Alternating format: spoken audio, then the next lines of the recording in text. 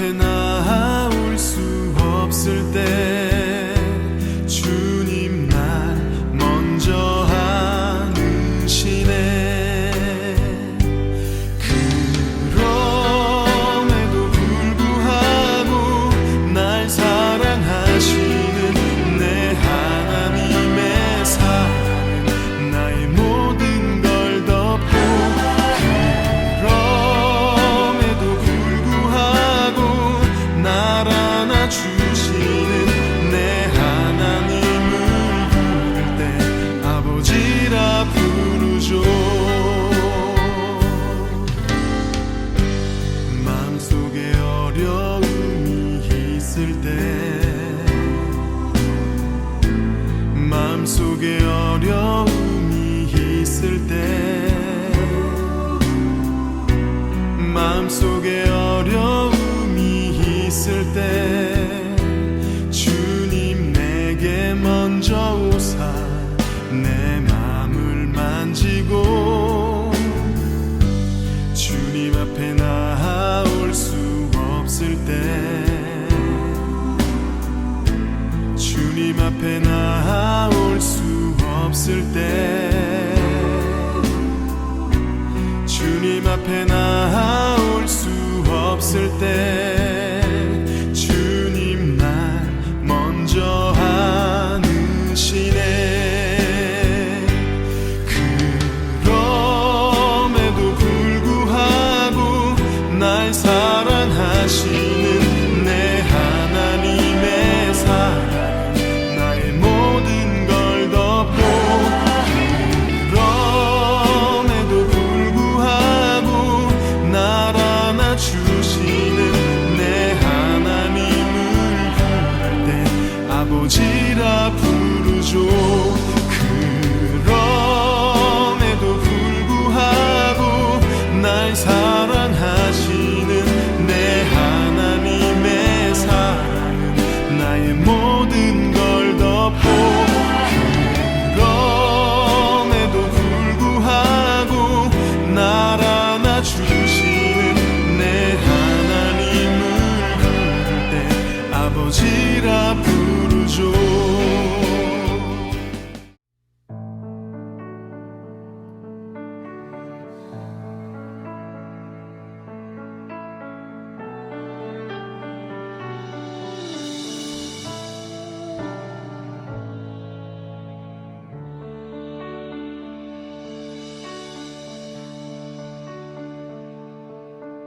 주 선한 능력으로 안으시네. 그 크신 팔로 날 붙드시네. 절망 속에도 흔들리지 않고 사랑하는 주 얼굴 구하리. 주 선한 능력, 주 선한 능력으로 안으시네. 그 크신 팔로 날 붙드시네. 절망 속에도 흔들리지 않고 사랑하는 주 얼굴 구하리. 선한 능력으로 일어서니 주만을 지하리. 믿음으로 우리 고뇌 안에 주 오실 그날 영광의 새날을 맞이하리. 이전의 괴로움, 이전의 괴로움 날 애워싸고 고난의 길을 걷는다 해도 주님께 모두 맡긴 우리 영혼 끝내 승리의 날을 맞으리. 선한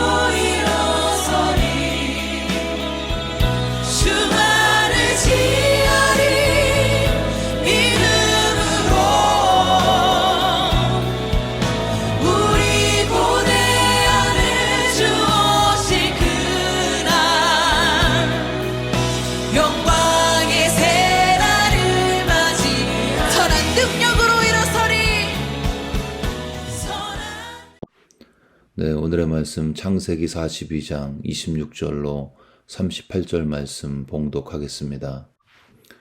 그들이 곡식을 나귀에 싣고 그곳을 떠났더니 한 사람이 여관에서 나귀에게 먹이를 주려고 자루를 풀고 본즉 그 돈이 자루 아귀에 있는지라. 그가 그 형제에게 말하되 내 돈을 도로 넣었도다. 보라, 자루 속에 있도다. 이에 그들이 혼이 나서 떨며 서로 돌아보며 말하되 하나님이 어찌하여 이런 일을 우리에게 행하셨는가 하고, 그들이 가나안 땅에 돌아와 그들의 아버지 야곱에게 이르러 그들이 당한 일을 자세히 알리어 아뢰되, 그 땅의 주인인 그 사람이 엄하게 우리에게 말씀하고 우리를 그 땅에 대한 정탐꾼으로 여기기로 우리가 그에게 이르되 우리는 확실한 자들이니 정탐꾼이 아니니이다. 우리는 한 아버지 아들 12형제로서 하나는 없어지고 막내는 오늘 우리 아버지와 함께 가나안 땅에 있나이다 하였더니, 그 땅의 주인인 그 사람이 우리에게 이르되 내가 이같이 하여 너희가 확실한 자들임을 알리니 너희 형제 중에 하나를 내게 두고 양식을 가지고 가서 너희 집안에 굶주림을 구하고 너희 막내 아우를 내게로 데려오라. 그러면 너희가 정탐꾼이 아니요 확실한 자들임을 내가 알고 너희 형제를 너희에게 돌리리니 너희가 이 나라에서 무역하리라 하더이다 하고, 각기 자루를 쏟고 본즉 각 사람의 돈 뭉치가 그 자루 속에 있는지라. 그들과 그들의 아버지가 돈 뭉치를 보고 다 두려워하더니 그들의 아버지 야곱이 그들에게 이르되 너희가 나에게 내 자식들을 잃게 하도다. 요셉도 없어졌고 시므온도 없어졌거늘 베냐민을 또 빼앗아 가고자 하니 이는 다 나를 해롭게 함이로다. 르우벤이 그의 아버지에게 말하 이르되 내가 그를 아버지께로 데리고 오지 아니하거든 내 두 아들을 죽이소서. 그를 내 손에 맡기소서. 내가 그를 아버지께로 데리고 돌아오리이다. 야곱이 이르되 내 아들은 너희와 함께 내려가지 못하리니 그의 영은 죽고 그만 남았음이라. 만일 너희가 가는 길에서 재난이 그에게 미치면 너희가 내 흰머리를 슬퍼하며 수월로 내려가게 함이 되리라. 아멘. 네, 오늘 본문은 요셉의 형제들이 곡식을 싣고 돌아오던 길에 여관에서 형제 중에 한 명이 자루 아귀에서 돈을 발견했습니다. 깜짝 놀랐죠. 왜냐하면 그 돈은 곡물값으로 지불한 돈이었기 때문이었습니다. 찝찝한 마음으로 가나안 땅에 돌아온 형들은 아버지 야곱에게 그동안의 모든 일을 보고하며 베냐민을 데려가야 한다고 이야기했습니다. 그리고 모두가 자루 속에서 돈 뭉치를 또 발견하고 두려워했죠. 야곱은 요셉과 시므온에 이어서 베냐민까지 이룰 수 없다고 탄식했습니다. 우리는 이 스토리에 하나님의 계획을 알고 있습니다. 하나님의 계획은 이 가족들을 애굽으로 데려오는 것이었죠. 그리고 그 애굽에서 그들이 위대한 하나님의 나라의 성도로서, 백성으로서 성장하는 것이었습니다. 그런데 그렇게 성장하기 전에 그들에게는 먼저 성숙이 있어야 했습니다. 이 가족의 멤버들이 바뀌지 않으면 그들의 자손들이 하나님 신앙, 여호와 신앙을 고백할 근거와 배경이 없어지기 때문이었죠. 애굽에서 그냥 숫자만 많아지면 안 되었습니다. 그곳에서 그들은 하나님을 대표하는 하나님의 사람들이 되었어야 했습니다. 그래서 하나님은 요셉의 형제들, 하나님의 사람들을 세 단계로 인도하셨습니다. 첫 번째 단계는 그들의 실수와 허물을 덮어주신 거죠. 이 요셉의 형제들을 보면 실수투성이의 삶을 살았습니다. 자기 친동생을 죽이려고 했고 결국 요셉을 노예로 팔았습니다. 유다의 실수와 일탈은 우리가 이전 시간에 보았습니다. 이들의 삶을 보면 이런 정도의 사람들이 하나님의 족보에 들어갈 수 있는가? 그게 맞는 것인가? 그런 의문이 들게 되는 것입니다. 교회에서 사역자를 채용하는데 살인 미수 전과가 있습니다. 가족도 보니까 콩가루 집안처럼 보이죠. 당연히 채용하지 않습니다. 우리는 사람을 뽑을 때 흠이 없는 사람을 채용합니다. 기왕이면 문제 없는 사람이 좋죠. 이해는 되지만 그러나 세상에 흠이 없는 사람이 없습니다. 흠이 없는 것처럼 보일 뿐이죠.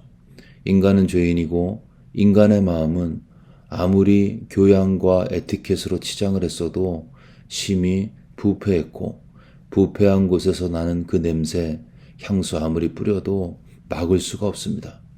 그래서 실수와 허물을 피할 길이 없는 것이죠. 감사하게도 실수와 허물과 그로 인한 상처가 하나님의 은혜 안에서 문제가 되지 않는 것입니다. 오히려 자신의 실수와 허물을 알지 못하는 교만한 사람은 주님께 쓰임받을 수가 없습니다. 여러분, 하나님께는 완벽한 사람이 필요 없습니다. 완벽한 존재는 그분 한 분만으로 충분한 것이죠. 하나님은 실수와 허물 때문에, 상처 때문에 아픈 사람 얼마든지 쓰실 수가 있습니다.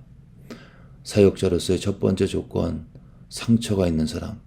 두 번째 조건, 그 상처가 복음 안에서 치유된 사람. 치유받은 상처 입은 사람이 사역을 하는 것입니다. 야곱의 자녀들 실수와 허물 잘못한 거 무지하게 많았습니다. 그러나 그들이 이스라엘이 되는데 아무런 문제가 되지 않았습니다. 두 번째 조건은 요셉의 자녀들은 거룩한 두려움이라는 하나님이 예비하신 문을 통과했습니다. 죄인이 저절로 성자가 되지 않죠. 실수한 죄인은 하나님을 경외하는 거룩한 두려움의 단계를 거쳐야지 하나님의 사람으로 바뀌게 되어 있습니다. 28절에 보시면 요셉의 형제들이 이 돈이 자루에 도로 넣어진 것을 보고 그들이 혼이 나며 떨며 서로 돌아보며 말하되 하나님이 어찌하여 이런 일을 우리에게 행하셨는가 하고, 여기서 혼이 나갔다 이 말은 심장이 나가다, 심장이 멎다 그런 뜻이 있습니다. 그러니까 자신들의 죄에 대한 인식이 기억이 되어지면서 심령에 극도의 불안과 두려움이 엄습한 상태를 지칭하고 있습니다. 35절에 보시면 그들과 그들의 아버지가 돈 뭉치를 보고 다 두려워하더니, 이 죄인에게 두려움이 찾아온 거죠. 그리고 그 과정 가운데는 하나님에 대한 인식이 있습니다. 죄인은 하나님을 의식할 때 두려워하게 되어 있습니다. 자신들의 과거의 실패를 너무나 잘 알고 있었던 이들은 돈이 도로 넣어진 사실 앞에 먼저 하나님을 인식했고 그 후에 두려워했습니다. 거룩한 두려움이죠. 이것은 단순한 공포가 아닌 것입니다. 테러나 전쟁 때문에 생기는 공포가 아니고 하나님이 인식되어질 때 내 죄에 대한 깊은 자각과 함께 생기는 거룩한 하나님을 향한 경외감인 것입니다. 우리는 지금 하나님을 향한 거룩한 경외감이 없는 세대를 살고 있습니다. 그리고 하나님을 버린 대가를 치르고 있죠. 가족의 해체, 동성애와 총기 난사의 사고들, 각종 정신병리 현상들, 다 하나님을 버리고 하나님을 두려워하지 않은 우리의 삶에 대한 대가를 이 사회는 치르고 있습니다. 지난주에 저희가 종교개혁주일로 주일을 지켰는데요. 이 마틴 루터가 당대의 인본주의자인 에라스무스에게 한 말이 그거죠. 당신의 하나님은 너무나 사람 같습니다. 이 에라스무스의 하나님은 너무나 사람처럼 사람의 모습만 충만하다는 거죠. 여러분, 하나님이 사람 같으면 인본주의가 판을 치게 되어 있고 하나님을 경외함이 없는 인본주의는 반드시 그 대가를 치르게 되어 있습니다. 하나님이 하나님처럼 인식될 때 죄인은 성자가 되는 것입니다. 음란물 중독이었던 남자 고등학생, 어머니의 간절한 기도에도 문제가 해결되지 않습니다. 그러던 어느 날 그는 꿈에서 지옥을 체험합니다.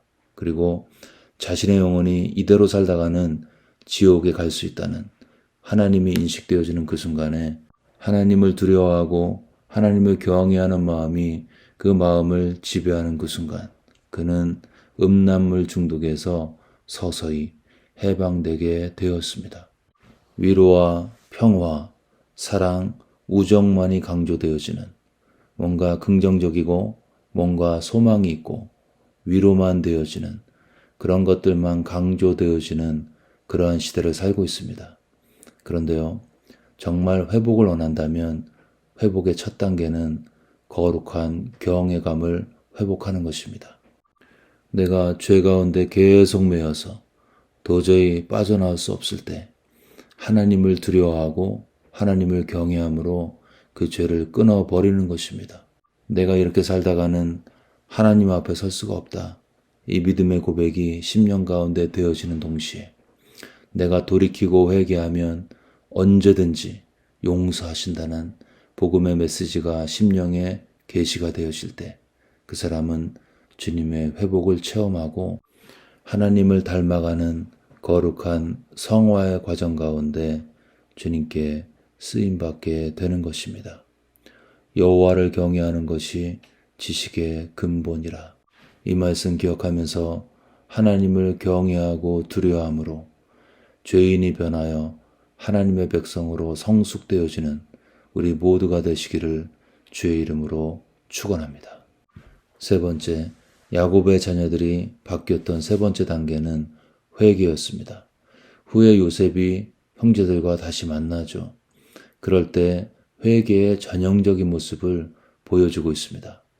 형제들이 요셉을 만나서 이렇게 말합니다. 당신 아버지의 하나님의 종들인 우리의 죄를 이제 용서하소서. 그리고 요셉 앞에 엎드려서 절하면서 부복했습니다. 우리는 당신의 종들이니이다.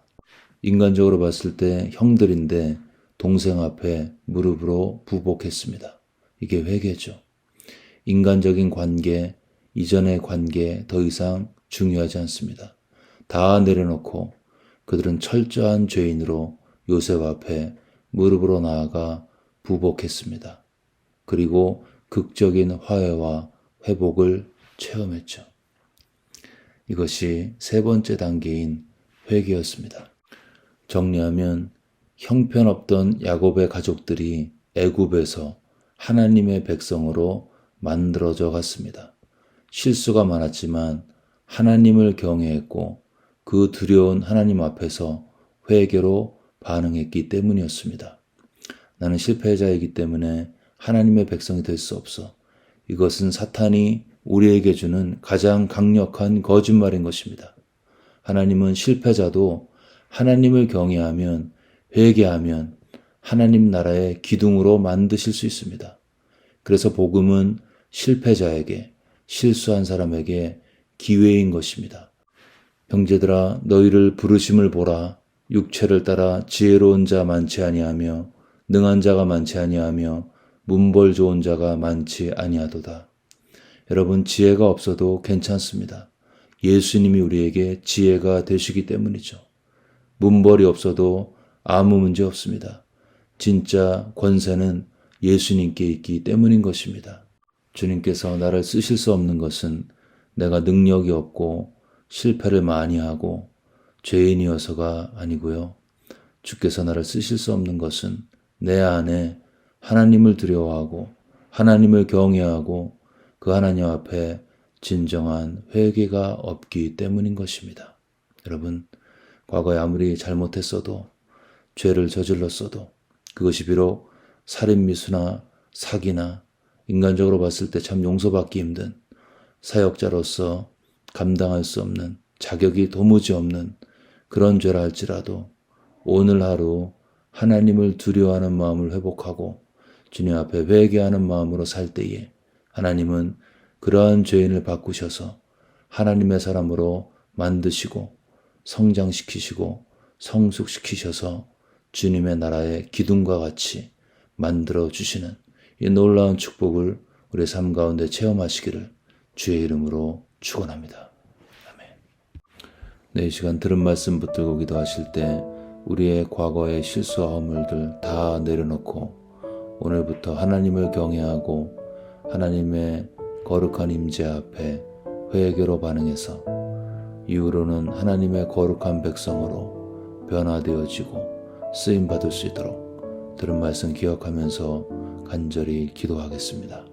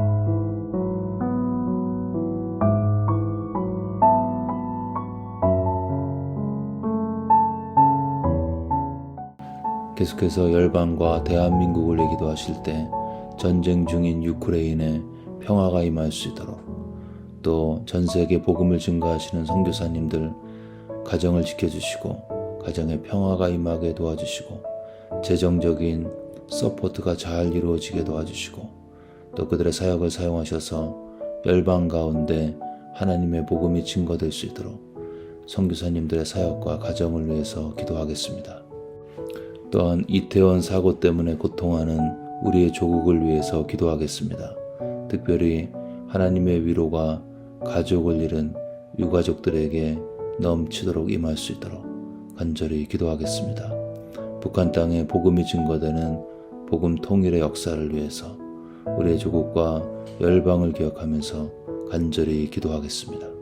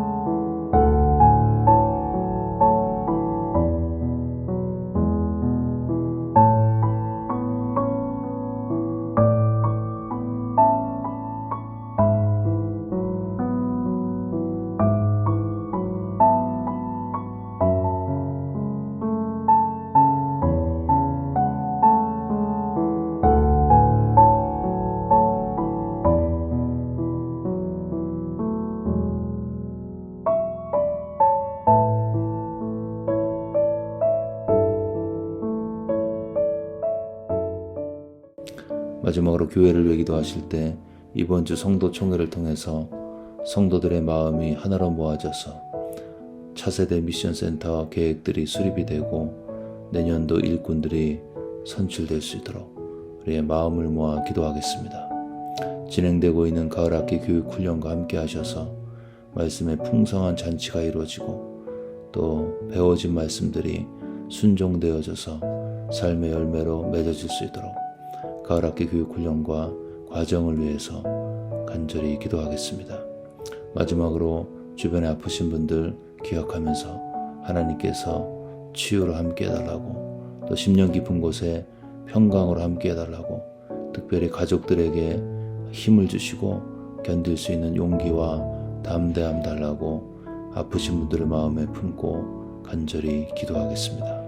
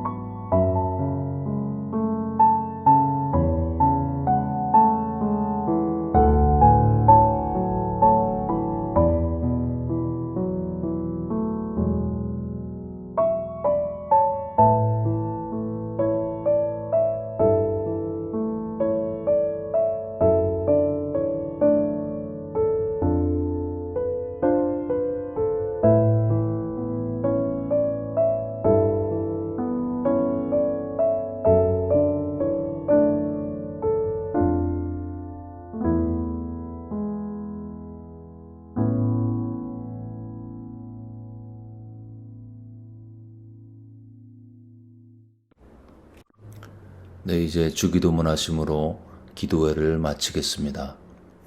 하늘에 계신 우리 아버지여, 이름이 거룩히 여김을 받으시오며 나라가 임하옵시며 뜻이 하늘에서 이루어진 것 같이 땅에서도 이루어지이다.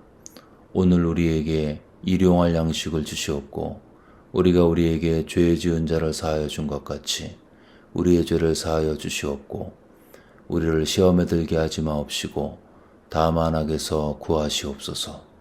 나라와 권세와 영광이 아버지께 영원히 쌓옵나이다. 아멘.